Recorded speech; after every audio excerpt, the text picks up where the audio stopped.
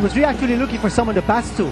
But there was no movement from his teammates. But they were working the triangle that time. And the cool cat, Mike Cortez. They find Hickerson. Now Tony De La Cruz putting a hand in his face. No look pass. Oh,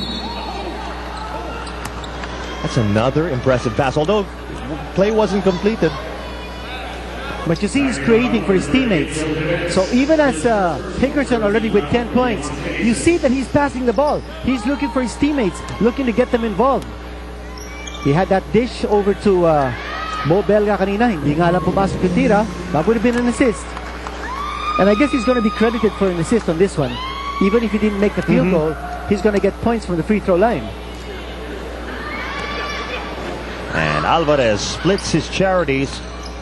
It's a 2-point affair. 4 minutes and 21 still left in the first quarter. Air 21 up. High screen for Joe Devance. Simpson's really asking for it at the low post. Devance takes the jumper.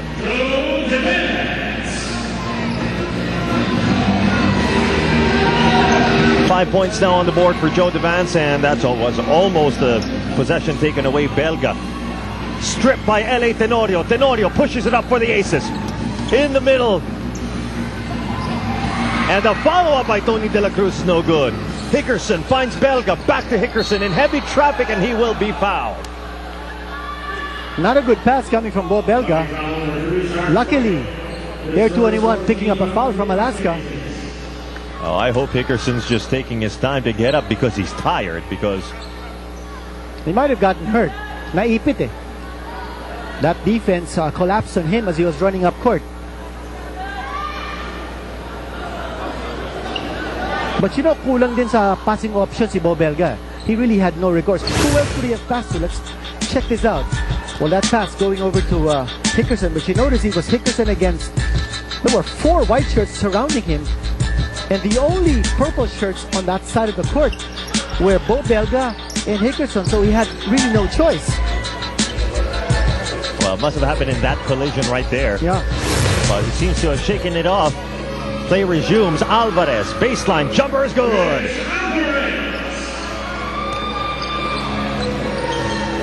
Alvarez now with 3 points.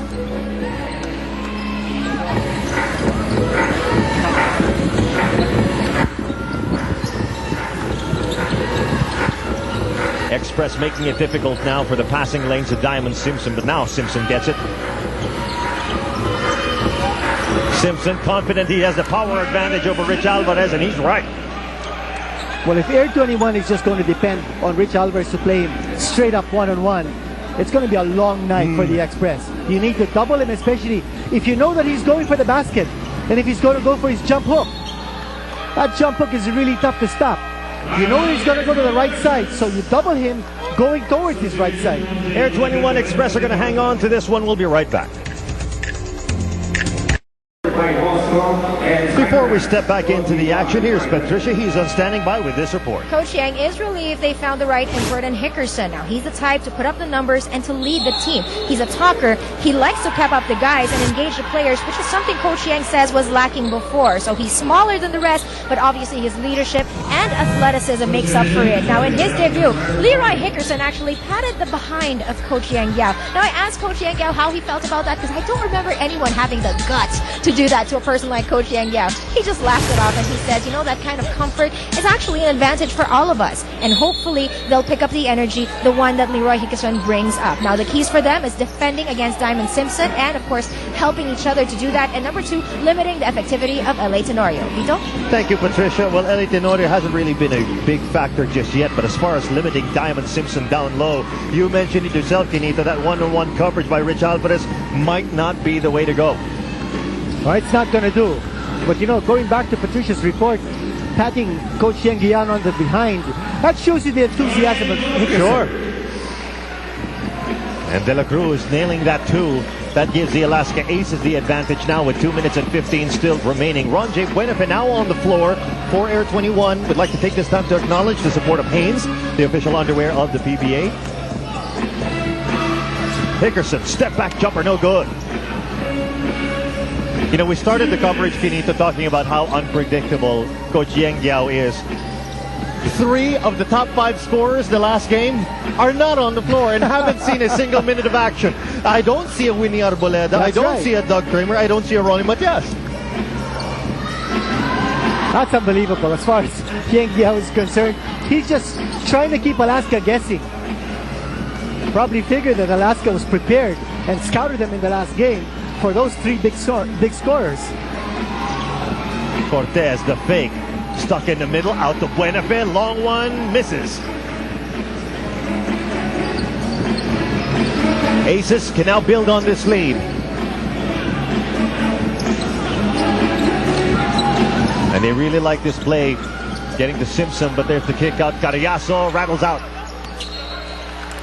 Good intentions by Tony De La Cruz, but this one's going back to the Air21 Express. Mark Borboran.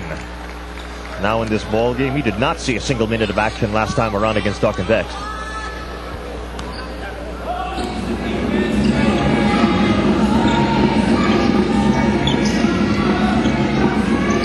Cortez, the jumper, no.